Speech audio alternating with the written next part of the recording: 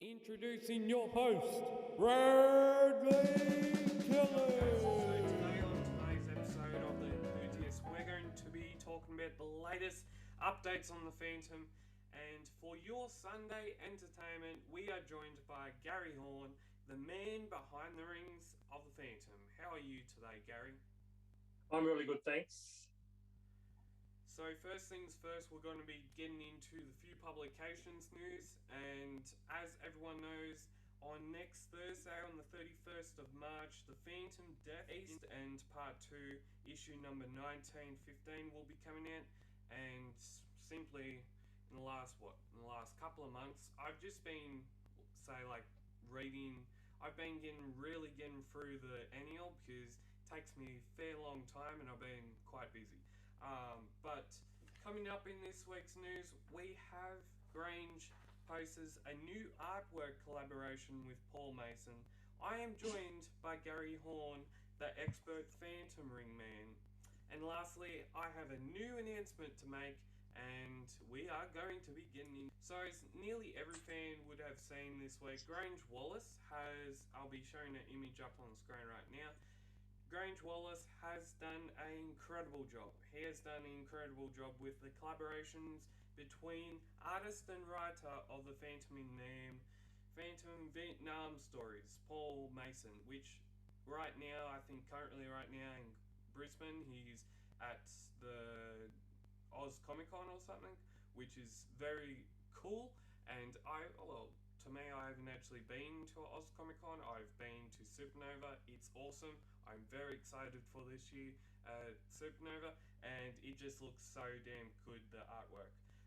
I think one of the things with this artwork, I do think that this type of work where you have two artists work on a story like Egmont did with the story called Blood Rain. I'll be showing an image of the cover up on the screen right now. And I would just like to see something where we have, say, like a couple of creative teams, and say we have a couple or at least one story writer and a couple of different artists to like make a whole new story and do it in a concept like Egmont did, because I quite liked that sort of concept where you have all these different styles and you have all these different artists doing what they do best and putting it into a comic book.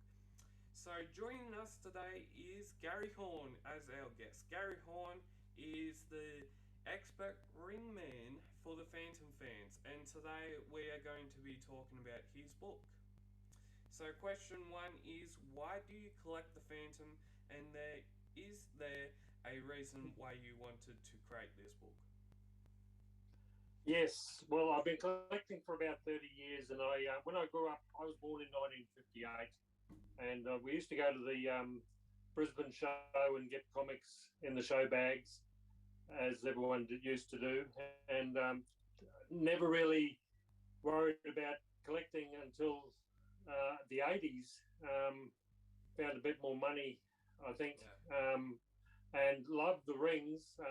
Found it very hard to buy the rings in Australia, so I bought a lot of rings from America after the Billy Zane movie came out, and sold them in Australia. And then I found other rings in America that I loved, and I started to collect those.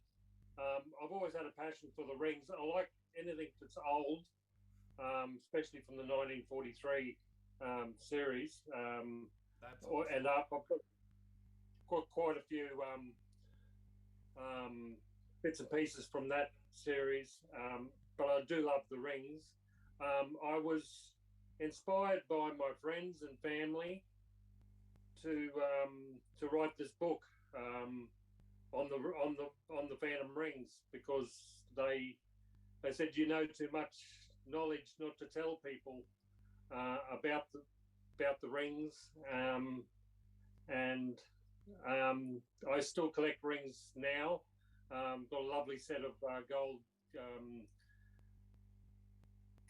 Brisbane club rings from the 80s a couple of weeks ago, which are hard to find, the gold ones.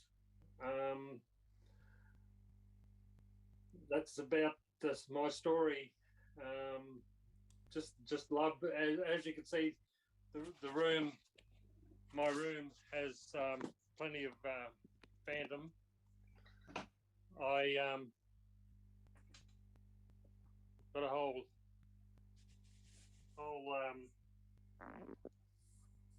cupboard full of rings. Yeah, looks so cool. The next question number 2 is, with the rings, what makes them so special and why do you keep collecting them? I think everyone remembers the Phantom and the Phantom rings. I just have this passion to get them all in the book. I probably have 95% of the photos that are in there. There's only a couple of rings that I'm missing from America that I didn't probably never get because there was only a limited run of about 10. Some of the contest rings and stuff like that, unless they ever come up for sale, I'll probably never see them. But I've got photos, that's the main thing. Yeah. Question number 3 is, if you had to pick your top 5 favourite rings that you just feel proud of having in your collection, what would they be and why? Well, no, number 1 was on my Holy Grail list was the rubber stamp ring from the 50s, 60s. Really hard to find now because they perished because they're rubber. I was lucky enough about 4 years ago after I put the book out. I did have half of one when I put the book out. The book has a photo of half of one. Yeah. But I saw that, I think. Yeah, and the red rings. Yes. With those red rings, they'd be if they weren't kept in good nick, they would be pretty much being getting in the worn and torn state. Yes, very very hard and brittle. Luckily, the one I got 4 years ago is in very good condition. Cost me an arm and a leg, but I won't say about money. That's So okay. when you're a collector, money doesn't really matter. It's also when you have a passion. Sometimes money does matter, but sometimes it just doesn't, and you find it and you really want it, and you say, "Yes, I'm going to have that." That's right. That's why I tend to leave a lot of stuff alone. Yeah. I don't like anything that's not certified by the King Features. There's quite a bit out there coming through from America that isn't certified. I know now there is, but you really got to wait for the right stuff. My second ring would be the prototype skull ring, which I think it's in the book anyway. Yeah. It was made for the Phantom movie, but the reason why they didn't use it was because it was the skull was a bit too small. Okay. So, but it was all certified by King Features and all that. It's got the stamp inside, and very very hard to get something like that. Yeah, it would be because it's nearly been used for a move, but didn't. But it'd be very hard to find. Close, but that's it. Yeah, they may have made a couple, but I know I've got one. And probably my third choice in rings would be all the club rings from the 80s in Brisbane. From the Cooperoo Club. They come up every so often. I've got about 10 of the rings at the moment. They do turn up every so often. I love all those. I picked up about 10 years ago a gold replica of Billy Zane's ring out of the movie, 9 gold. It's really nice to wear. I don't wear it very often because I don't want to scratch it, but it feels so good. And probably the fourth ring is the one that came out through the club rings with the red eyes and the teeth in a little box. It was $49.95. I was reminded by my grandson the other day because he looked in the book and said, "Granddad, I'd like to buy one of those for that price." And I said, "You'll be lucky to see one of those for that price." For 1980s price or something. Yeah, yes. Exactly. Question number 4 is, if fans wanted to buy your book, where could they buy it from? Well, I'm on Joe's Trader on Facebook. Good old Trader Joe's. Yes, I'm on there, and also on eBay. If they just put in Phantom Ring Book, in eBay, it'll come up. I'm in Brisbane. I'm the only one selling them.